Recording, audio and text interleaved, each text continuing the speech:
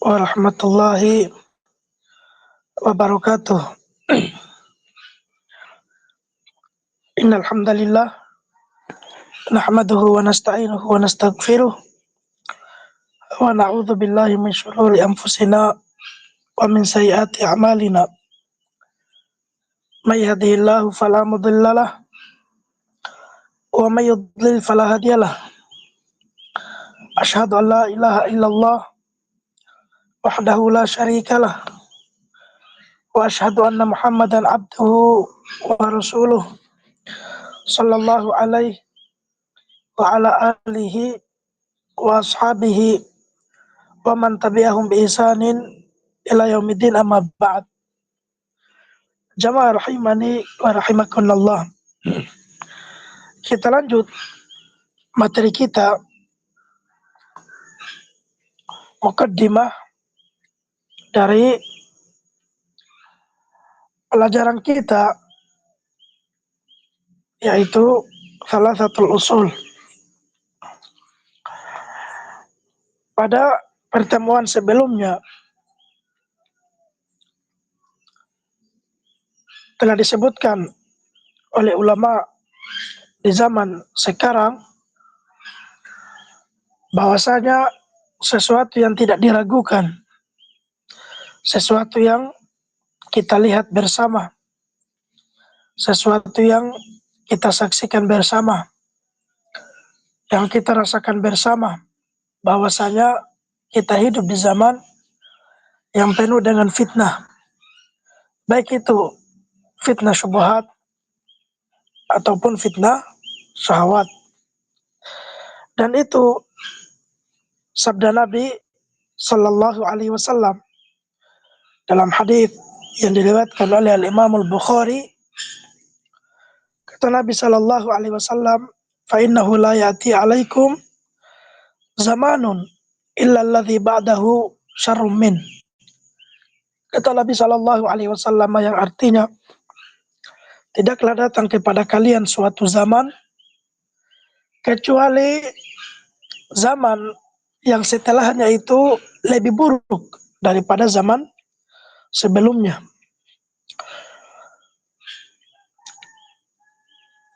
Oleh karena itu, para ulama mengeluarkan dua kaidah, menyimpulkan dua kaidah setelah mereka melihat dalam Al-Quran, setelah mereka melihat dalam hadis-hadis Nabi sallallahu alaihi wasallam, setelah mereka melihat ucapan-ucapan ulama salaf. Para ulama di zaman sekarang menyimpulkan bahwasanya hanya dua cara, hanya dua jalan, hanya dua kunci besar bagi mereka yang menginginkan keselamatan dari fitnah syubhat ataupun fitnah syahwat. Yang pertama adalah seseorang berada di lingkungan yang baik, lingkungan yang penduduknya itu beramal dengan Al-Quran, beramal dengan hadis-hadis Nabi sallallahu alaihi wasallam. Mereka saling mengingatkan di atas Al-Quran, saling mengingatkan di atas hadis-hadis Nabi sallallahu alaihi wasallam, saling menasihati di dalam agama, belajar, mengajar, dan lain sebagainya dari kebaikan-kebaikan.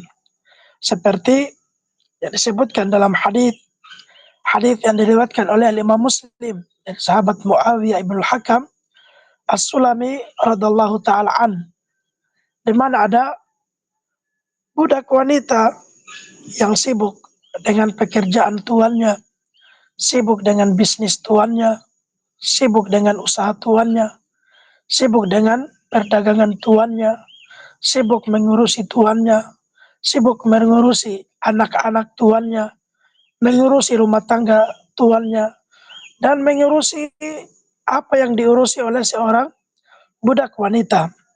Kata para ulama, tidak ada waktunya untuk pergi belajar, untuk pergi bermajelis ilmu, untuk pergi bertanya-tanya tentang agama. Akan tetapi, kenapa bisa dia mendapatkan rekomendasi tertinggi dari Nabi Shallallahu Alaihi Wasallam? Bahwa seorang wanita yang beriman kepada Allah dan beriman kepada Rasulnya. Itu dikarenakan, kata para ulama, budak wanita tersebut berada di lingkungan yang baik, lingkungan yang beramal di atas Al-Quran dan Sunnah Nabi Shallallahu Alaihi Wasallam.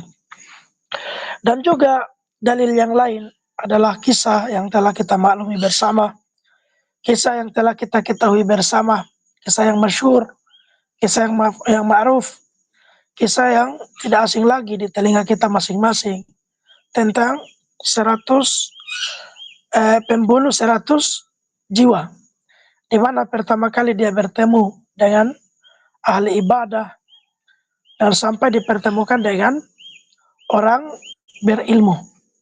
Apa kata orang berilmu kepada pembunuh 100 jiwa ini?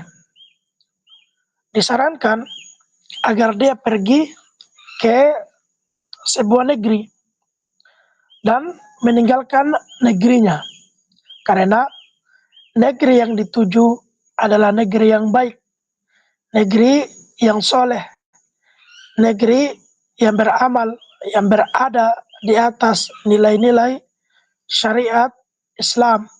Berbeda dengan negeri yang dia tinggali sebelumnya, negeri yang buruk, negeri yang tidak baik, negeri yang jauh dari syariat agama, jauh dari perintah Allah, jauh dari kebaikan-kebaikan. Oleh ahlul ilmi tersebut, oleh ulama tersebut, bahwasanya taubat sangat terbuka bagi mereka yang ingin bertaubat kepada Allah Subhanahu wa taala, akan tetapi dengan satu syarat, untuk menjaga taubat tersebut, untuk menjaga kebaikan tersebut, untuk menjaga amal soleh tersebut dengan satu syarat. Kata orang berilmu tersebut, tinggalkan negerimu dan pergilah ke negeri, sebuah negeri yang penduduknya adalah orang-orang soleh. Ya, sampai kelanjutan kisah yang kita maklumi bersama. Dan itulah firman Allah Subhanahu wa taala, wasbir nafsaka ma'al ladzina yad'una rabbahum bil ghadati wal 'ashi yuriduna wajha wa la ta'du aynaka anhum turidu zinatal hayatid dunya wa la tuti man aghfalna qalbahu an dzikrina wa tabahawa wa kana amruhu furuta. Dalam surah Al-Kahfi ayat 28, Allah Subhanahu wa taala berfirman yang artinya, sabarkan dirimu, wasbir nafsak, sabarkan dirimu, kata Allah Subhanahu wa taala, ma'al ladzina yad'un, bersama orang-orang yad'una rabbahum, mereka berdoa, mereka beribadah, mereka taat kepada Rabb mereka. Jadi di sini jelas Allah Subhanahu wa taala berfirman, sabarkan dirimu. Kenapa? Karena sekalipun lingkungan tersebut adalah lingkungan yang baik, sekalipun lingkungan tersebut adalah lingkungan yang soleh, yang mengamalkan Al-Quran, mengamalkan sunnah Nabi Sallallahu Alaihi Wasallam, akan tetapi lingkungan tersebut bukanlah lingkungan malaikat, yang tidak ada kesalahan di situ, yang tidak ada kekurangan di situ. Bahkan manusia adalah tempatnya salah. Dalam hadis yang sering kita dengarkan, hadis yang ma'ruf, hadis yang masyhur, kullu bani Adam khata'. Kata Nabi Sallallahu Alaihi Wasallam, setiap anak cucu Adam itu khata', melakukan kesalahan. Tapi bersamaan itu, apapun yang terjadi di lingkungan tersebut, apapun yang kita lihat di lingkungan tersebut, apapun yang kita dengar di lingkungan tersebut, apapun yang kita rasakan di lingkungan tersebut, dari perkara-perkara yang tidak kita senangi, dari perkara-perkara yang tidak kita sukai, akan tetapi lingkungan tersebut adalah lingkungan yang beramal di atas Al-Quran dan Sunnah, lingkungan yang selalu belajar Al-Quran dan Sunnah, lingkungan yang selalu mendakwakan Al-Quran dan Sunnah, hidup di atas Al-Quran dan Sunnah. Kata Allah Subhanahu wa Ta'ala dalam surah Al-Kahfi ayat 28, wasbir nafsak, sabarkan dirimu, sabarkan dirimu, ma'alladzina yad'una rabbahum, bersama orang-orang yad'una rabbahum, yang terus berdoa, beribadah kepada Rabb mereka, bil ghadati wal asyi, di petang hari ataupun di sore hari, pagi, siang dan malam. Yuriduna wajhah, mereka menginginkan wajah Allah, mereka menginginkan surga Allah, mereka menginginkan negeri akhirat, bukan dunia yang mereka cari, bukan kenikmatan yang tidak kekal abadi, kenikmatan yang fana. Kata para ulama salaf, seandainya dunia ini adalah emas dan akhirat adalah tembikar, maka seandainya dunia ini adalah emas yang fana, emas yang akan menghilang, yang tidak kekal, sementara akhirat adalah tembikar yang kekal, maka tentu orang yang berakal akan memilih tembikar yang kekal. Ini kata para ulama, mereka memperumpamakan seandainya dunia ini seperti emas, tapi tidak kekal, tidak selamanya. Ya, dan di sana ada akhirat, tembikar, sesuatu yang murah, yang rendah, akan tetapi kekal. Maka orang yang berakal, kata para ulama, dia akan memilih yang kekal. Lalu bagaimana jika dunia ini adalah tembikar yang tidak kekal dan akhirat adalah emas yang kekal? Maka orang berakal yang mana akan memilih tembikar yang tidak kekal? Jadi diperhatikan jamaah rahimani wa rahimakumullah, sabarkan dirimu bersama orang-orang yang senantiasa taat kepada Allah, yang senantiasa beribadah kepada Allah di siang dan di malam hari. Yuriduna wajhah, mereka semuanya menginginkan wajah Allah, menginginkan pahala dari Allah, menginginkan surga dari Allah Subhanahu wa Ta'ala. Kemudian di kelanjutan ayat kata Allah, wala ta'du aynaka anhum turidu zinatal hayatid dunya, dan jangan engkau palingkan matamu dari mereka menginginkan kehidupan dunia ini. Artinya jangan palingkan dirimu dari mereka apapun yang terjadi dari perkara-perkara dunia.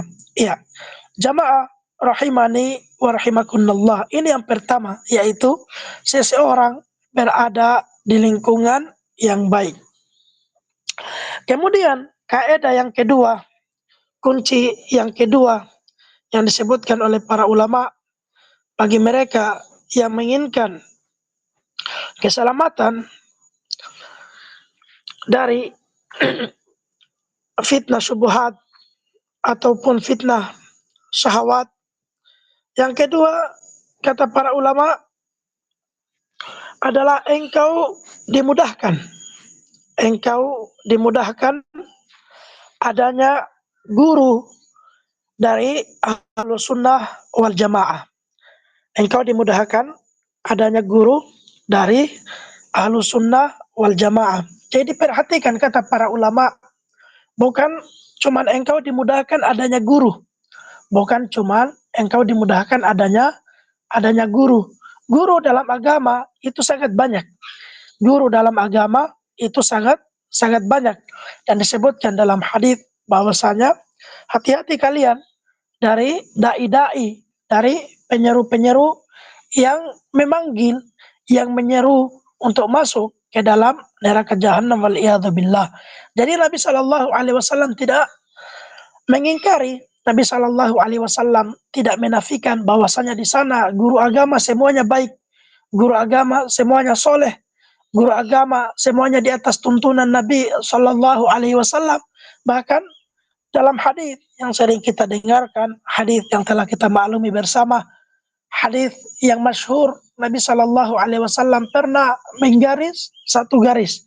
Kemudian beliau sallallahu alaihi wasallam menggaris di atas garis-garis tersebut banyak garis. Menggaris di atas garis tersebut banyak garis. Dan juga Nabi sallallahu alaihi wasallam bersabda bahwasanya umatku akan terpecah menjadi 63 golongan. 63 golongan. Dan semua golongan itu menyeru bahwasanya dia di atas kebaikan. Ini semuanya muslimin, semuanya beragama Islam, semuanya kaum muslimin, semuanya kaum muslimat. Kata Nabi Shallallahu Alaihi Wasallam, umatku akan terpecah menjadi 63 golongan. Dan setiap golongan itu menyeru bahwasanya dia di atas al-haq, bahwasanya dia di atas kebaikan, bahwasanya dia di atas tuntunan Nabi Shallallahu Alaihi Wasallam. Akan tetapi kata Nabi Shallallahu Alaihi Wasallam, yang benar adalah yang benar-benar sesuai dengan tuntunanku. Jadi bukan dilihat dari klaim, bukan dilihat dari ucapan saja, bukan dilihat dari sangkaan saja, tapi dilihat pada kenyataannya. Siapa yang paling mencocoki petunjuk Nabi Shallallahu Alaihi Wasallam, maka itulah golongan yang selamat. Jadi diperhatikan, kata Nabi Shallallahu Alaihi Wasallam 63 golongan. Kata para ulama di zaman sekarang, seandainya kita hitung kelompok-kelompok dalam Islam, maka sudah ratusan, bahkan ribuan, bahkan puluhan ribu kelompok dari kelompok-kelompok apa? Islam. Lalu kenapa Nabi Shallallahu Alaihi Wasallam bersabda 63 golongan? Apakah tabrakan dengan kenyataan ini? Tidak. Kata para ulama, 63 golongan ini adalah induknya. 63 golongan ini adalah induknya. Dari satu induk itu bercabang, dan dari cabang itu bercabang-cabang, dan begitu seterusnya. Kita kembali lagi kepada hadits Nabi Shallallahu Alaihi Wasallam. Kata Nabi Shallallahu Alaihi Wasallam, fa innahu la ya'ti alaikum zamanun illa alladhi ba'dahu syarrum min. Kata Nabi Shallallahu Alaihi Wasallam, tidaklah datang kepada kalian sebuah zaman kecuali zaman yang setelahnya itu pasti lebih buruk daripada zaman sebelumnya. Jadi di zaman Nabi Shallallahu Alaihi Wasallam 63 golongan, kemudian bercabang-cabang lagi di zaman sahabat, akan terus bercabang, akan terus berselisih, akan terus berpecah. Tidak ada habisnya. Kata Nabi Shallallahu Alaihi Wasallam, "Addu alaikum bisunnati wa sunnatil khulafai ar-rasyidin." Atas kalian sunnahku dan sunnahnya khulafa ar-rasyidin. Di hadits yang lain kata Nabi Shallallahu Alaihi Wasallam, gigit dengan gigi apa? Gigi geraham. Gigit dengan gigi geraham. Jadi dai-dai di atas kesesatan, di atas menyekutukan Allah, mengatasnamakan Islam, di atas perkara-perkara yang tidak dituntunkan oleh Nabi Sallallahu Alaihi Wasallam, bawa-bawa nama Nabi Sallallahu Alaihi Wasallam, bawa-bawa agama, memperjualbelikan syariat, itu banyak dai di atas hal tersebut. Oleh karena itu kata para ulama, dari sebab terbesar, dari kaidah terbesar, dari kunci terbesar setelah engkau berada di lingkungan yang baik, kata para ulama, engkau dimudahkan adanya guru. Tidak sampai di situ, tapi guru dari ahlus sunnah, guru di atas sunnah, guru di atas sunnah. Maka ini nikmat yang luar biasa ketika kita dimudahkan adanya guru yang mengajarkan, yang menuntun, yang berbagi ilmu, dan guru tersebut guru di atas sunnah Nabi Sallallahu Alaihi Wasallam. Diperhatikan ucapan Al-Imam Ayyub As-Sikhtiyani rahimahullahu ta'ala. Beliau ulama tabi'in, ulama besar tabi'in. Namanya tidak asing lagi di telinga kita masing-masing.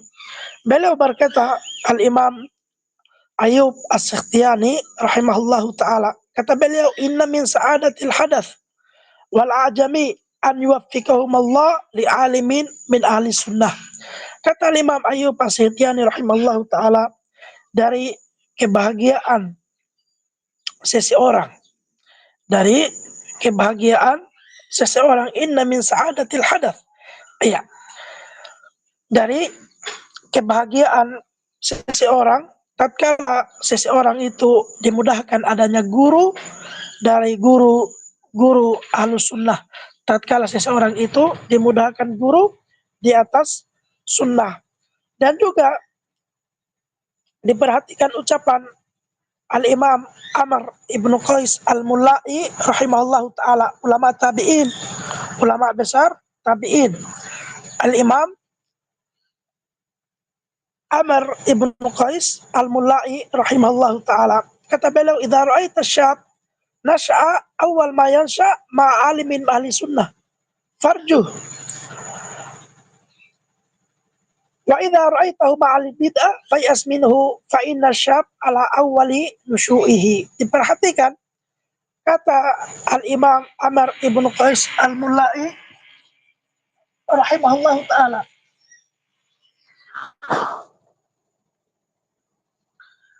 kata beliau, jika engkau melihat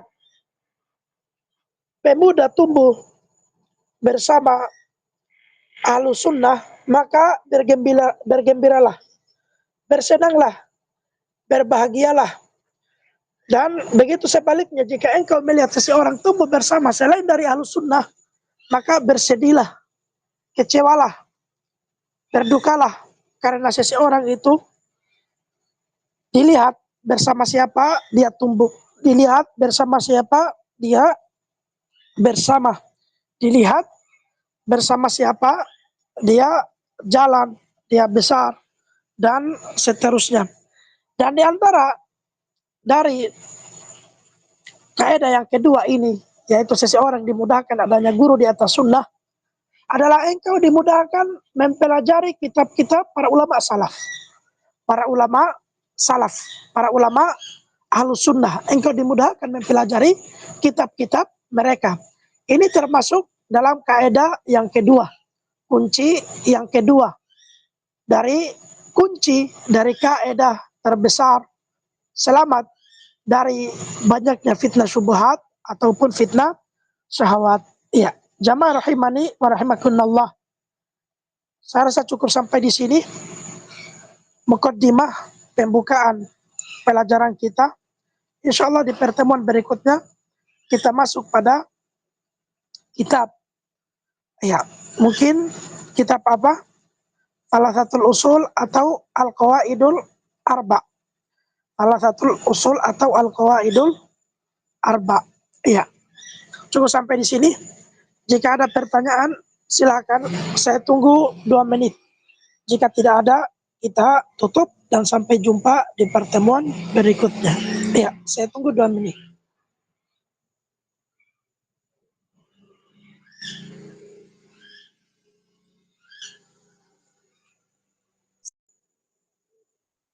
Bismillah.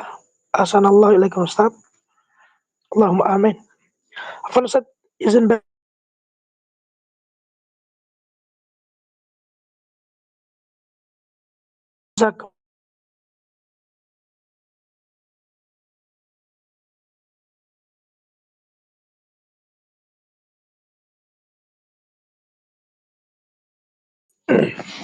Ya, alhamdulillah kita di hari ini, di detik ini, ya di pagi ini kita lihat, ya kita saksikan adanya guru-guru di atas guru, di atas apa, di atas agama, di atas syariat, di atas tuntunan Nabi Shallallahu Alaihi Wasallam.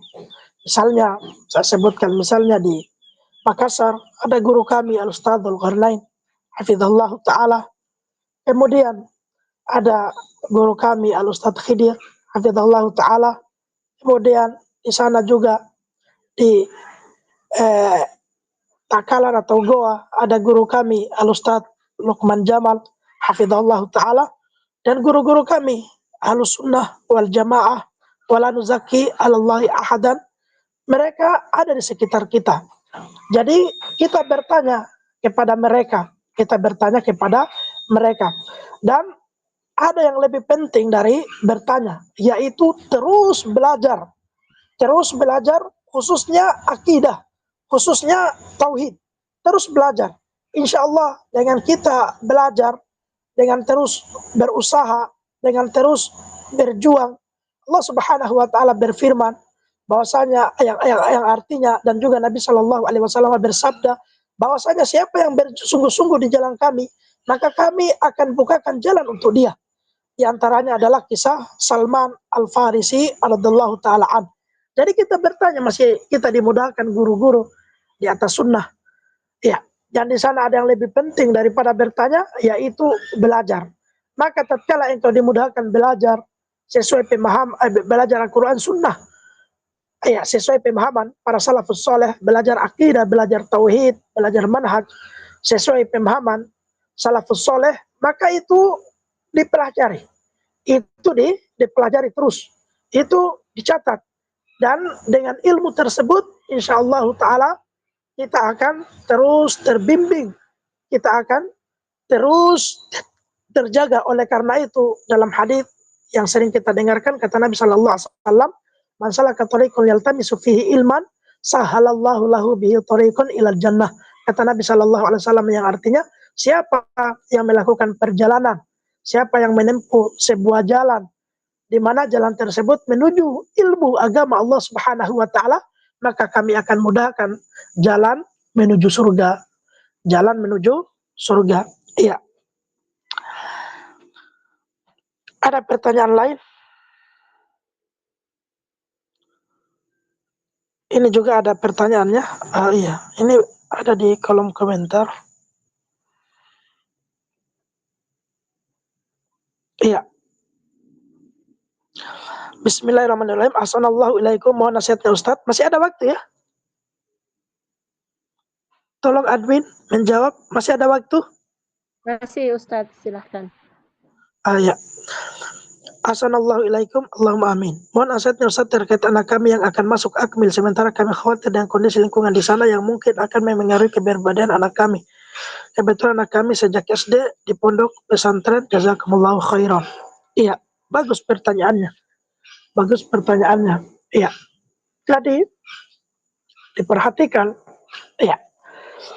Target tujuan kita terbesar dalam menjadi orang tua, dalam mendidik anak-anak, itu bukan ketika mereka menjadi seorang ustadz, atau mereka menjadi seorang ustazah, atau mereka menjadi seorang syekh, atau mereka menjadi seorang syaikhoh, atau mereka menjadi seorang mustafid, atau mereka menjadi seorang mustafidah, atau mereka menjadi seorang alim, menjadi seorang alimah. Tujuan terbesar dalam kita menjadi orang tua, dalam kita mendidik anak, itu bukan semua itu. Tapi ingat, tujuan terbesar kita dalam menjadi orang tua, dalam mendidik anak-anak, adalah bagaimana caranya anak-anak kita itu menjadi anak-anak yang soleh dan solehat. Menjadi anak-anak yang soleh dan soleha. Maka ketika anak-anak kita anak yang soleh dan soleha, ketika mereka menjadi seorang ustadz, adalah ustadz yang soleh. Ketika menjadi seorang ustazah, adalah ustazah yang soleha. Ketika misalnya menjadi seorang polisi, adalah polisi yang soleh. Ketika menjadi kalau polwan tidak ya, jangan, itu tidak tidak menutup aurat ya. Ya, seperti yang telah kita ketahui bersama. Misalnya ketika mereka menjadi seorang tentara, maka mereka menjadi seorang tentara yang soleh. Ketika menjadi seorang pedagang, maka pedagang yang soleh dan solehah. Ketika mereka menjadi seorang pebisnis, maka mereka menjadi pebisnis yang soleh dan solehah. Jadi target terbesar kita itu adalah bagaimana anak-anak kita itu menjadi anak yang soleh dan solehah. Kita doakan anak-anak kita paham ilmu agama. Kata Nabi Shallallahu Alaihi Wasallam, "Mayuridillahu bi khairan yufaqihu fiddin." Siapa yang Allah Subhanahu wa taala inginkan padanya kebaikan, maka Allah Subhanahu wa taala akan pahamkan dia urusan agama. Dan ilmu agama tersebut tujuannya apa? Untuk menjadikan seseorang itu bukan cuma sekedar berilmu, bukan cuma sekedar paham halal haram, bukan cuma paham perkara tauhid syirik, bukan cuma sekedar paham sunnah bid'ah, cuma paham perkara-perkara boleh atau tidak boleh. Tapi tujuan ilmu agama adalah menjadikan seseorang itu menjadikan seorang yang soleh atau soleha, berakhlak mulia, beradab mulia, bersopan santun, dan seterusnya. Jadi didoakan anak-anak kita agar paham ilmu agama, mendalami ilmu agama, ketika misalnya mereka bekerja, mereka juga tetap dituntun oleh Allah Subhanahu wa Ta'ala terus belajar ilmu agama dimanapun mereka berada. Akhirat tujuan kita, dunia ini hanya tangga untuk menaiki akhirat, untuk menuju akhirat. Jadi jangan lepas dari doa untuk mendoakan anak-anak kita, seperti yang telah kita ketahui bersama bahwasanya doa orang tua kepada anaknya itu tidak ada tirainya, tidak ada pembatasnya. Iya.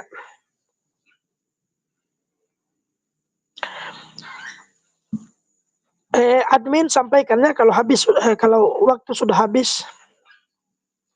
Nah, Iya. Ustaz, ini sudah cukup untuk sekarang sampai pukul 7.15. Sampai jam 7. Nah, Ustaz, sampai jam 7 kajian, 15 menit tanya jawab, insyaallah. Iya, cukup ya. Insya Allah kita sambung lagi di pertemuan berikutnya. Semoga Allah Subhanahu wa Ta'ala menjadikan kita semua orang-orang yang istiqomah di atas kebaikan, di atas ilmu. Jadi perhatikan, menuntut ilmu itu berat. Menuntut ilmu itu berat dan mengamalkan ilmu itu lebih berat dan mendakwakan ilmu itu lebih berat. Akan tetapi yang terberat dari semua itu adalah istiqomah di atas ilmu. Iya, cukup sampai di sini. Mohon maaf kurang dan lebihnya. Subhanakallahumma bihamdik asyhadu an la ilaha illa anta astaghfiruka wa atubu ilaik wa akhiru da'wana anil hamdulillahi rabbil alamin.